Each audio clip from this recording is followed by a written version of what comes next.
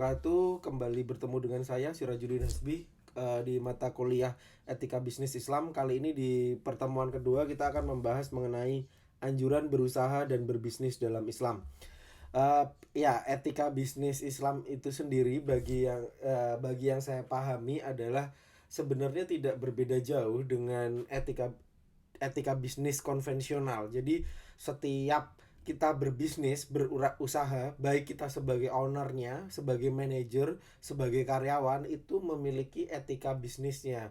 Memiliki etika bisnis karena kita ketika berbisnis akan bertemu dengan kompetitor, akan bertemu dengan pelanggan, akan bertemu dengan supplier atau mitra-mitra yang lain. Nah, itu kemudian diatur secara tertulis maupun tidak tertulis yang kemudian kita pahami sebagai etika bisnis. Nah, di IAIN Salatiga ini sebagai kampus Islam gitu ya, itu dia menyematkan kata Islam di belakang etika bisnis, tidak semata tidak semata tempelan aja karena ini IAIN kemudian jadi etika bisnis Islam, tetapi dia memiliki dimensi yang berbeda, atau lebih tepatnya adalah ada dimensi yang lebih luas, bahwa yang akan kita pelajari selama satu semester ke depan gak melulu soal hanya etika bisnis, tetapi juga bagaimana Islam memandang usaha, memandang bisnis, memandang hubungan, mengatur hubungan antara pemberi kerja dengan pekerja dan seterusnya. Nah, pada pertemuan awal ini, di pertemuan kedua ini kita akan membahas tentang anjuran berusaha dan berbisnis dalam Islam. Setelah sebelumnya di pertemuan pertama kita membahas mengenai overview materi dan juga kontrak belajar ya. Saya harap teman-teman sudah memahami bahwa setiap perkuliahan kita itu ada ada post testnya yang kemudian dinilai sebagai absen. Kenapa sih? Karena saya ingin memastikan bahwa teman-teman memang sudah membaca materi atau mendengarkan materi ini, atau bahkan Anda sudah menonton video ini gitu ya. Kenapa? Karena untuk menyiapkan menjadi seorang pebisnis, pengusaha, atau orang yang bekerja sebagai karyawan tetapi bisa di masa mendatang itu punya karir yang bagus, maka saya harus memastikan bahwa Anda memang mengikuti pelajaran dengan baik, karena tidak bisa dipungkiri bahwa teori itu tetap memegang peranan yang sama pentingnya dengan kemampuan teman-teman menjalankan usaha, atau ketika nantinya praktek di dunia nyata gitu ya. Nah,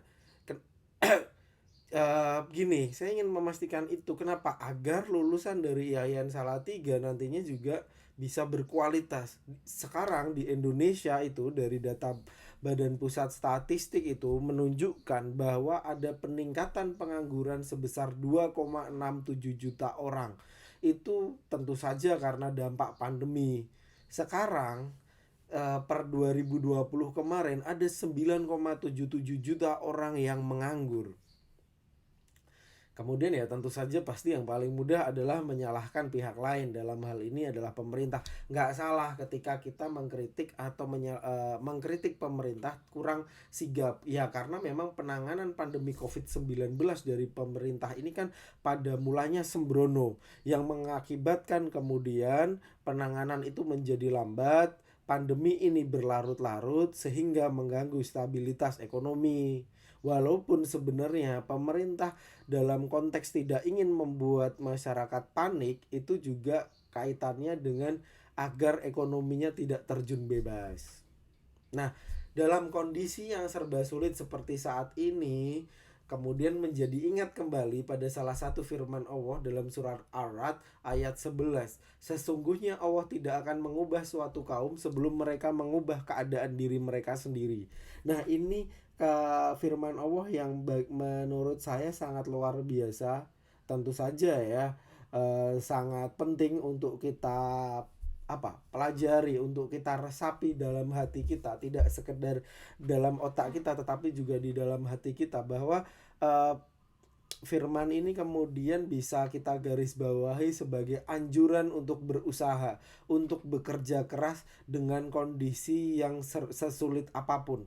Saat ini kondisi kita sulit, tetapi akan menjadi lebih sulit lagi kalau kita tidak lagi punya semangat untuk berusaha. Jadi Mari kita ubah diri kita, mari kita siapkan diri Anda semua menjadi seorang yang punya kepribadian tangguh, yang bisa mengkombinasikan antara kekuatan akal dan pikiran Anda, hati Anda, dan secara fisik Anda juga baik, secara bagus gitu ya. Karena apa? Karena tugas kita tuh banyak ya. Kenapa sih saya ngomongnya kita, saya, dan Anda? Karena dalam konteks proses belajar mengajar ini sebenarnya saya sendiri juga belajar. Kan Bapak udah pintar, udah praktisi, udah pengusaha gitu. Enggak. Dalam menjadi seorang pengusaha, baik kemudian juga sebagai dosen atau staf pengajar, saya itu harus belajar, belajar, belajar. Sama dengan Anda. Harus belajar, harus bekerja keras, membangun jaringan kerja gitu ya. Nah, membangun jaringan kerja itu menarik. Kenapa? Karena kita bisa jadi menemukan teman-teman, rekan-rekan kerja, klien baru di tempat yang kadang kita nggak sangka. Nggak selalu harus di meeting penting gitu ya.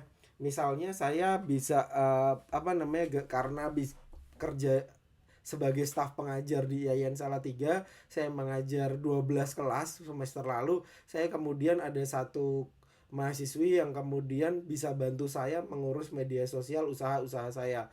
Dia sekarang menjadi bagian dari tim marketing saya gitu ya. Kenapa? Karena dia punya kemampuan. Dia punya kemampuan mengerjakan tugas dengan baik, UASnya menarik, sehingga saya tertarik untuk kontak dia dan mengajak dia untuk join. Itu jaringan kerja. Jadi tidak melulu saya harus dengan orang-orang yang sudah jadi pengusaha, tetapi dengan talent-talent baru itu juga menarik bagi saya gitu. Nah, karena apa? Kebutuhannya kita harus membangun tim, uh, mendelegasikan tugas atau berbagi beban tanggung jawab, dan tentu saja kalau sudah berbagi tanggung jawab itu juga berkaitan dengan berbagi hasil dari usaha itu, entah dalam bentuk gaji, bagi hasil, target, bonus, dan seterusnya. Itu akan diatur oleh masing-masing perusahaan. Nah, lalu bagaimana kemudian menjadi pertanyaan dan sering ditanyakan kepada saya, baik ketika saya sedang mengajar atau di luar ruang-ruang kelas seperti ini, adalah bagaimana kita bisa menjadi pribadi yang tangguh dan bisa mengamalkan firman Allah tersebut. Kadang saya sering ditanyain, gimana sih cara memelihara daya lentur. Saya punya usaha banyak ya, mungkin lebih dari 5 lah. Kalau kita ngomongin unit bisnis, dia bisa lebih dari 10 gitu. Bagaimana kita membangun itu semua? Tentu saja apa yang saya lakukan sekarang ini tidak bisa tercapai atau tidak bisa berjalan dengan lancar kalau kita atau saya itu tidak bisa membangun kepribadian diri yang tangguh. Kepribadian diri yang tangguh itu kita memiliki visi. Visi itu adalah cita-cita, apa gambaran besar apa yang akan kita lakukan di dunia ini gitu. Ketika saya membangun Cikende tahun 2016, saya punya angan, punya cita-cita, saya nanti suatu saat akan punya 10 outlet. Sekarang saya punya 6. Masih kurang 4, tetapi 6 itu pun saya tidak langsung tahun ini setiap tahun harus berapa. Kenapa? Karena persaingan rumah makan itu sekarang luar biasa. Belum lagi dari 6 itu pun juga tidak semuanya bisa memberikan keuntungan yang maksimal gitu ya. Jadi semuanya itu bertahap. Tetapi ada visi. Nah, di visi itu kemudian bagaimana mencapai visi, maka ada kemudian misi, langkah atau penjabaran apa yang akan dilakukan untuk mencapai atau mewujudkan visi tersebut. Misinya apa? Oh ya, membangun satu persatu, mencari tempat yang strategis. Bagaimana cara mencari tempat yang strategis atau menentukan lokasi? Salah satunya adalah melihat apa yang orang lain tidak lihat, memikirkan apa yang orang lain tidak pikirkan. Jadi ketika saya dulu, loh kenapa sih kok buka rumah makan malah di pinggiran? Saya buka di kecamatan-kecamatan, bukan di kota Salatiga awalnya. Outlet di Salatiga itu outlet keempat. Sebelumnya saya buka di Pabelan, saya buka di Susukan pertama, kemudian buka di Suruh gitu ya. Buka di Pabelan, kemudian tempatnya karena tidak bisa diperpanjang kami geser lebih dalam lagi. Tetapi kemudian outlet-outlet yang di pinggiran itu ternyata justru bisa survive lebih dulu, bisa berkembang luar biasa sampai sekarang ini gitu. Saya melihat itu? Karena satu, kompetitornya masih lunak dulu kalau di daerah atau di kecamatan-kecamatan seperti itu. Dua, ada peningkatan kesejahteraan dari masyarakat desa karena adanya industrialisasi atau pembangunan pabrik-pabrik. Tiga, tentu saja anak-anak sekolah gitu ya. Jadi sekarang itu kita punya market keluarga yang besar, yang banyak gitu. Orang mulai tidak harus ke kota, kadang orang juga malas hari Minggu daripada ke Salatiga, ada tempat makan enak di tempat kita gitu, nyaman, makanannya enak, tempatnya nyaman, pelayanannya bagus gitu, udah cukup banget buat mereka gitu, harganya terjangkau. Nah, cara-cara itu yang kemudian perlu untuk kita pikirkan agar we thinking out of the box, bagaimana kita berpikir di luar orang-orang berpikir. Nah sekarang kemudian ya pada akhirnya setelah berkembang, ya tentu saja kami punya kompetitor. Ada kompetitor-kompetitor lain yang kemudian menerapkan cara-cara yang sama yang sudah lebih dulu saya lakukan. Ada yang buka rumah makan di pinggiran seperti saya gitu ya. Nah, kemudian Anda perlu untuk memiliki etos kerja keras dan disiplin. Jadi apa namanya?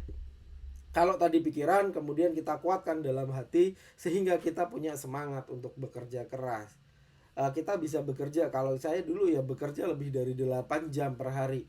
Bahkan ketika dalam proses membangun sebuah rumah makan baru ya akan bekerja lebih lama lagi. Mungkin sehari saya balik 12-16 jamnya bekerja, 8 jam istirahat aja gitu. Bahkan ketika tahun 2017 buka swalayan gitu ya, itu saya bangun pagi, bekerja mulai jam 6 pagi, selesai jam 10-11 malam gitu. Kenapa? Karena kita mengejar tenggat 10 hari. Indomaret itu punya standar, dia buka toko baru itu 1 bulan. Saya buka toko baru pertama kali 10 hari gitu. Makanya kemudian waktunya dikonversi biar lebih cepat, maka kerjanya harus lebih keras. Tetapi itu sebenarnya contoh yang tidak harus Anda lakukan karena Anda punya pace, punya kekuatannya sendiri. Anda yang tahu tubuh Anda. Karena kalau kita memaksakan bekerja terlalu keras, akhirnya jadi overwork, pikiran kita itu jenuh. Saya pernah mengalami kejenuhan gitu ya. Kenapa? Maka kemudian poin berikutnya adalah fit dan sehat. Dan fit dan sehat itu menjadi sangat penting. Kalau kita nggak sehat, kita nggak bisa ngapa-ngapain kan. Nah, apa namanya, tubuh yang sehat, fit, tidak stres itu juga akan memiliki pengaruh tidak hanya saat kita bekerja, tetapi juga saat berpikir dan memutuskan kebijakan atau keputusan gitu. Entah kita jadi pebisnis yang punya bisnisnya, karyawan level manager, level leader outlet dan seterusnya, itu Anda akan punya kesempatan berpikir dan memutuskan atau membuat kebijakan gitu. Nah, ketika Anda membuat kebijakan itu jangan lupa untuk bahwa itu juga dipengaruhi oleh fisik kita. Kalau kita terlalu lelah, kalau kita sedang dalam kondisi stres, kita tidak bisa memutuskan dengan baik. Dan tentu saja, nah gimana sih Pak untuk menjadi bisa punya tubuh yang baik dan sehat gitu? Istirahatlah yang cukup. Nomor satu itu istirahat yang cukup. Jeff Bezos yang punya Amazon itu dia tidur 7-8 jam per hari. Kenapa? Karena dia harus memastikan tubuh dia sehat. Kalau tubuh dia tidak sehat, dia akan terlalu lelah, akan mudah stres, tidak bisa berpikir jernih dan seterusnya.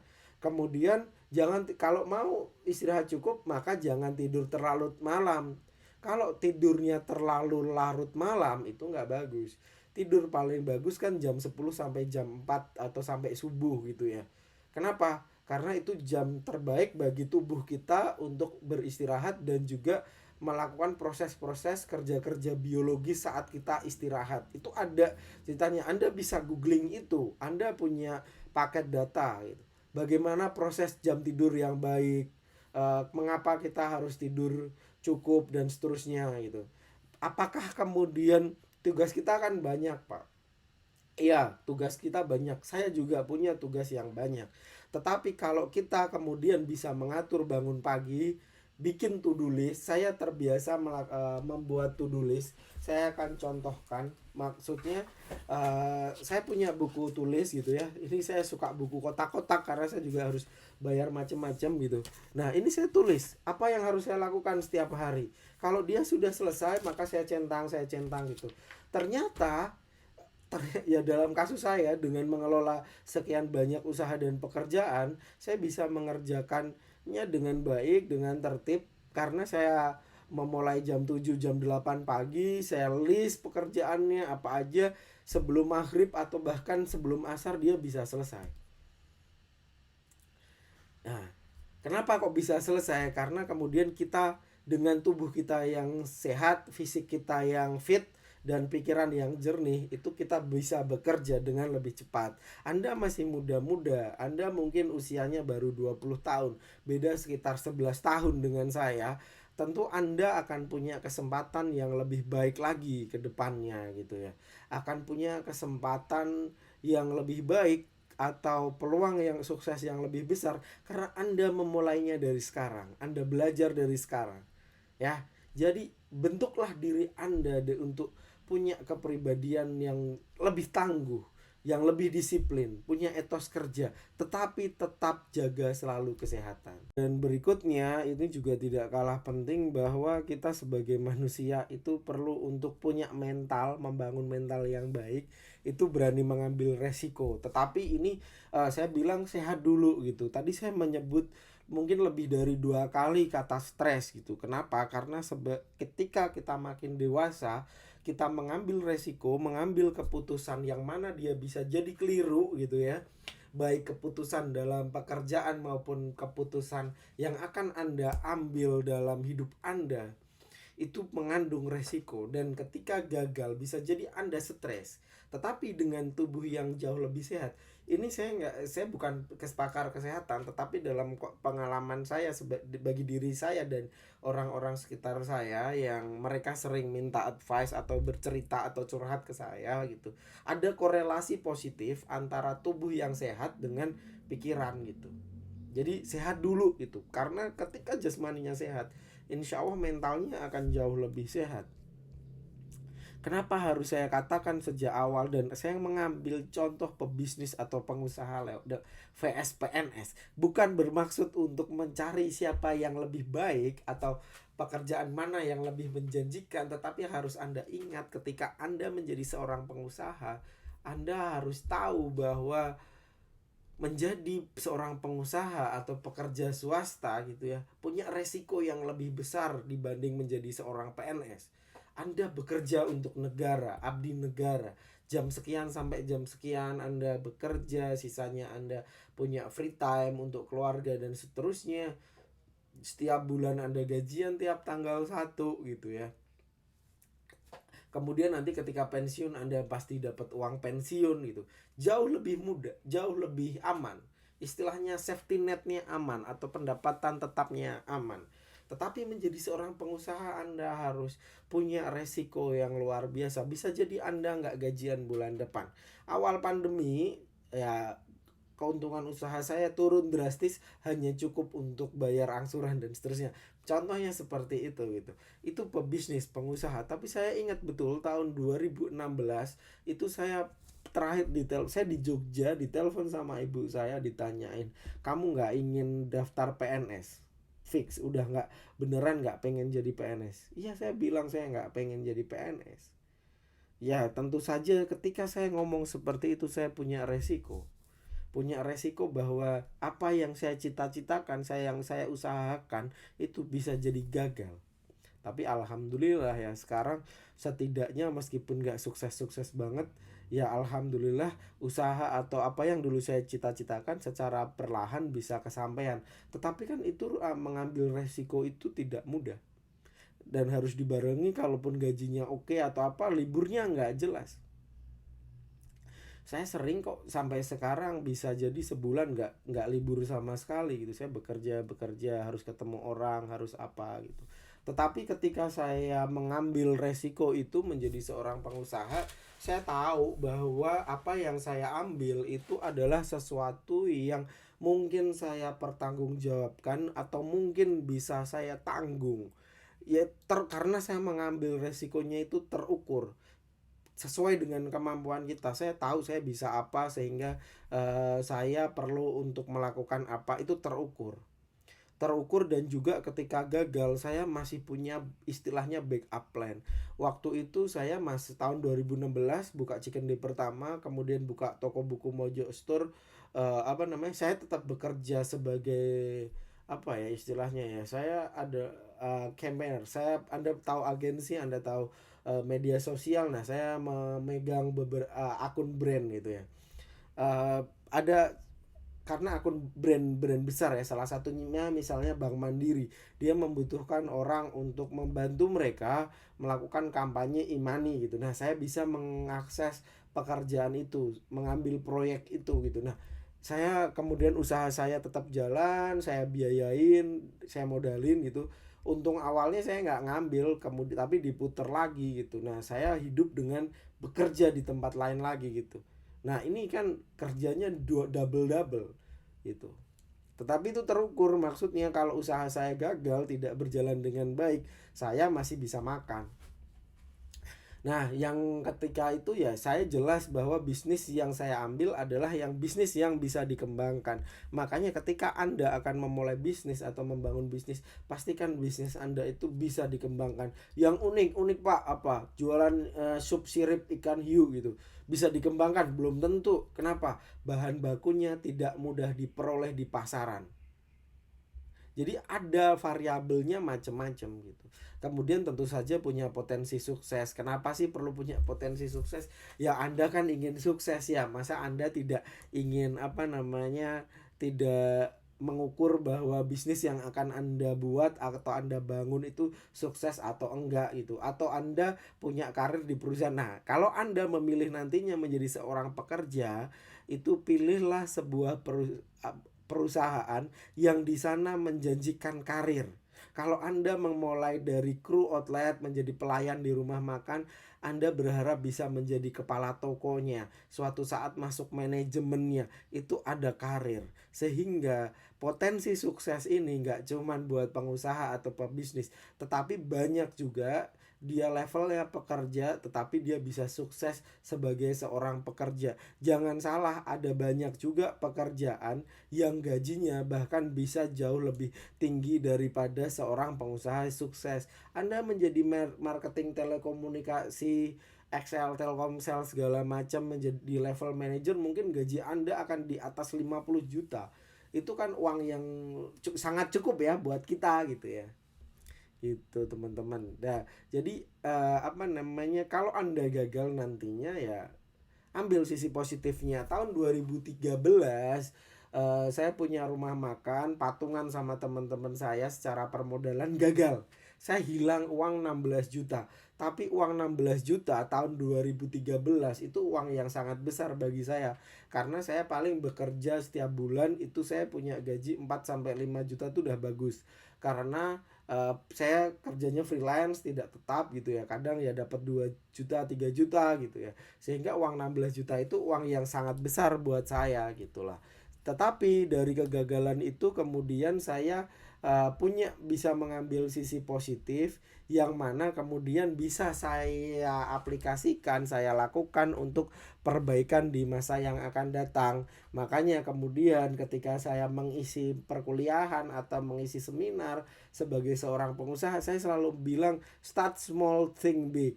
Mulai dari kecil aja nggak apa-apa. Berpikir yang menjadi besar itu yang penting. Makanya dalam bagian sebelumnya, kecil aja nggak apa-apa, terukur, yang kita mampu menanggung kalau kita gagal, tapi dia bisa dikembangkan dan punya potensi sukses untuk menjadi besar. Jadi intinya ya seperti itu. Kenapa? Karena kita akan punya kita nggak tahu gitu. Saya mungkin bisa nggak Pak langsung buka rumah makan biar keren langsung 10 cabang. Bisa, Anda bisa hutang bank atau Anda anak orang kaya. Tetapi buat apa? Kenapa kok buat apa Pak? Karena belum tentu usaha kita bikin satu itu langsung sukses. tapi coba satu dulu bagus enggak, oh ya ini potensinya sukses makin bagus. Ketika ini berjalan kan Anda akan tahu bahwa usaha ini akan punya potensi makin sukses atau enggak dan seterusnya gitu ya. Nah kemudian kalau dia sudah punya potensi sukses yang lebih bagus, dia merangkak naik gitu, baru Anda tambahin, oke, nambah outlet, nambah outlet, nambah outlet gitu. Tidak langsung banyak besar itu, karena nanti bisa jadi uangnya Anda cukup tetapi pikiran dan tenaga Anda nggak mampu. Karena saya lebih suka untuk menyarankan bahwa Anda belajar nikmati prosesnya, tidak yang langsung besar gitu. Kenapa? Nanti Anda bisa kaget gitu ya. Ini kalau kita di bisnis itu mirip lari maraton. Anda tahu lari maraton ya? Kalau Anda lomba lari, itu ada lomba lari sprint jarak pendek 100 meter. Itu Usain Bolt namanya. Dia pelari kencang sekali. Dia hanya 9 detik untuk lari 100 meter. Tapi Usain Bolt belum tentu dia sukses ketika dia lari maraton. Karena kalau lari maraton yang Anda butuhkan adalah ketahanan fisik. Anda harus lari 42 km.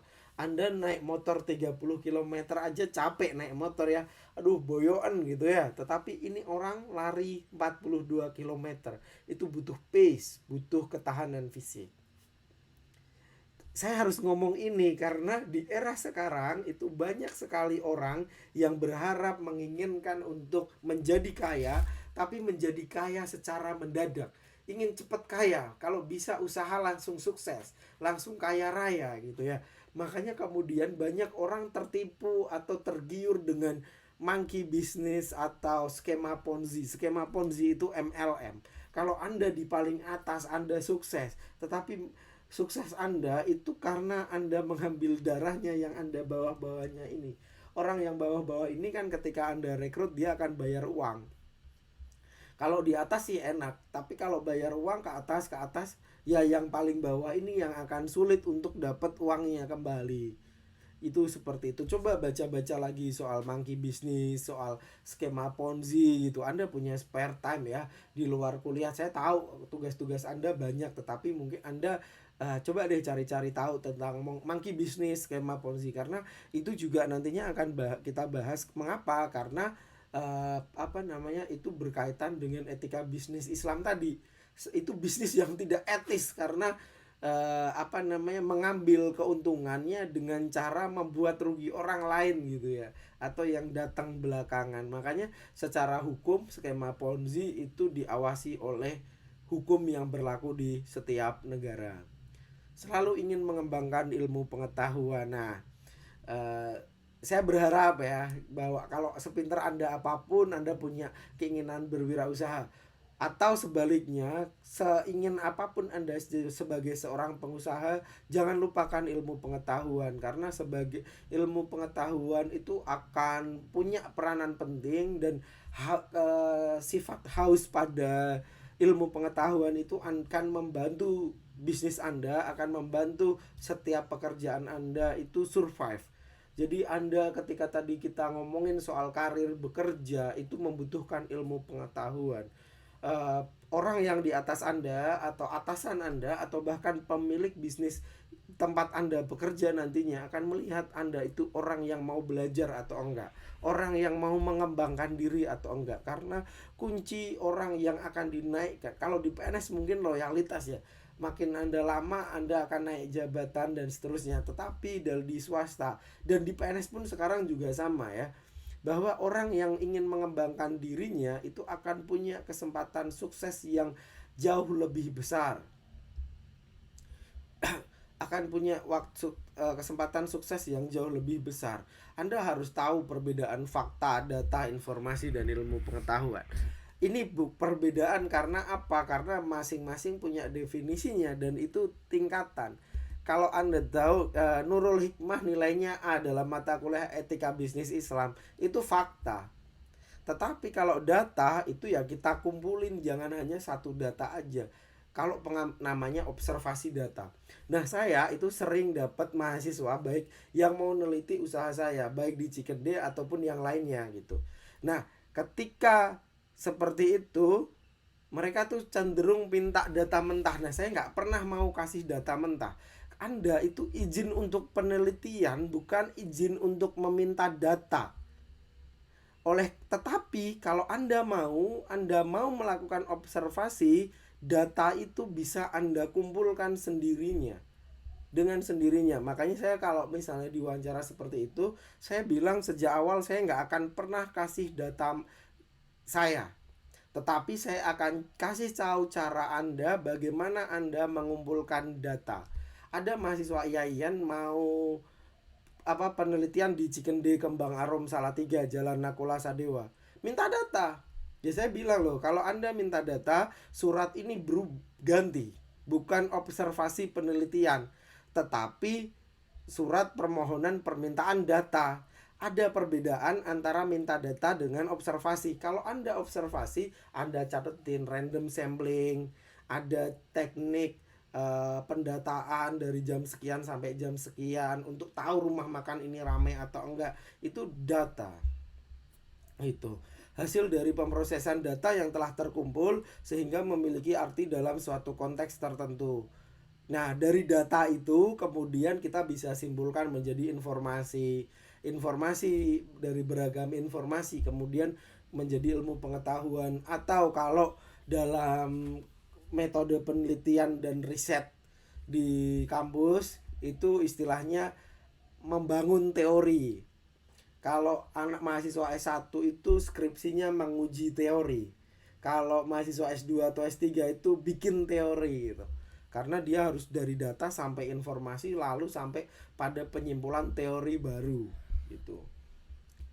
Oke, selanjutnya ya ini penting juga nih. Semua penting ya sebenarnya, dan ini yang disampaikan kronologis, tidak bisa melompat langsung terakhir. Tapi kita udah kerja keras, kita harus sering bangun pagi, kita berolahraga, kita tidurnya cukup gitu. Tapi jangan lupa bahagia, jangan lupa nyenengin diri sendiri juga. Buat apa sih kita sukses? Nah, buat apa sih kita ini gitu ya? Kita punya uang ya, sesekali kita kasih reward gitu ya.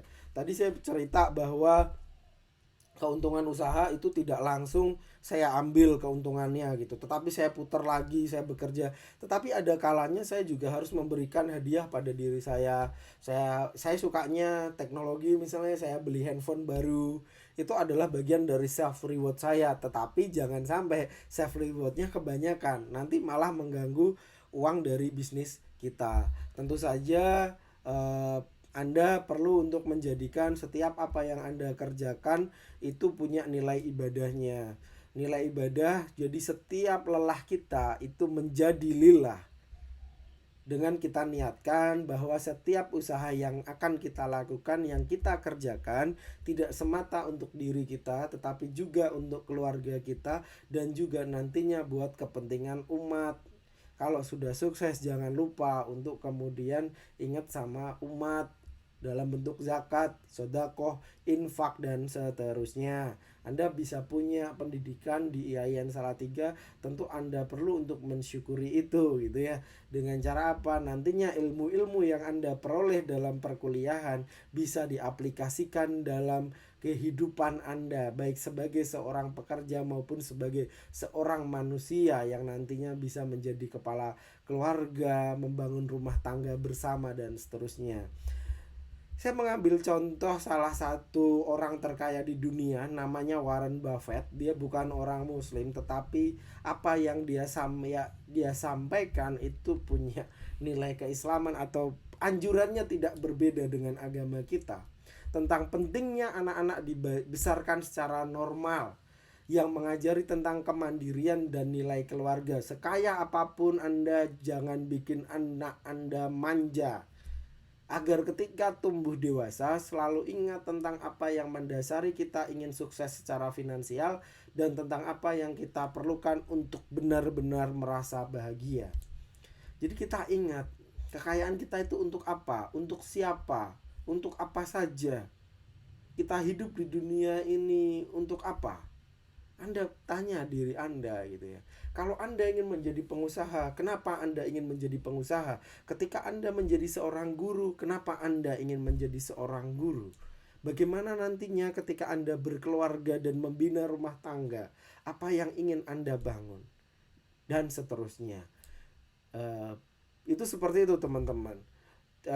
Materi kita pada kuliah kedua ini semoga bisa dipahami dengan baik, bisa diresapi dengan baik, sehingga bisa memberikan input yang cukup bagus bagi diri Anda, yang nantinya bisa bermanfaat bagi hidup Anda.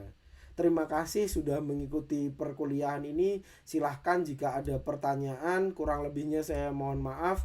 Wassalamualaikum warahmatullahi wabarakatuh.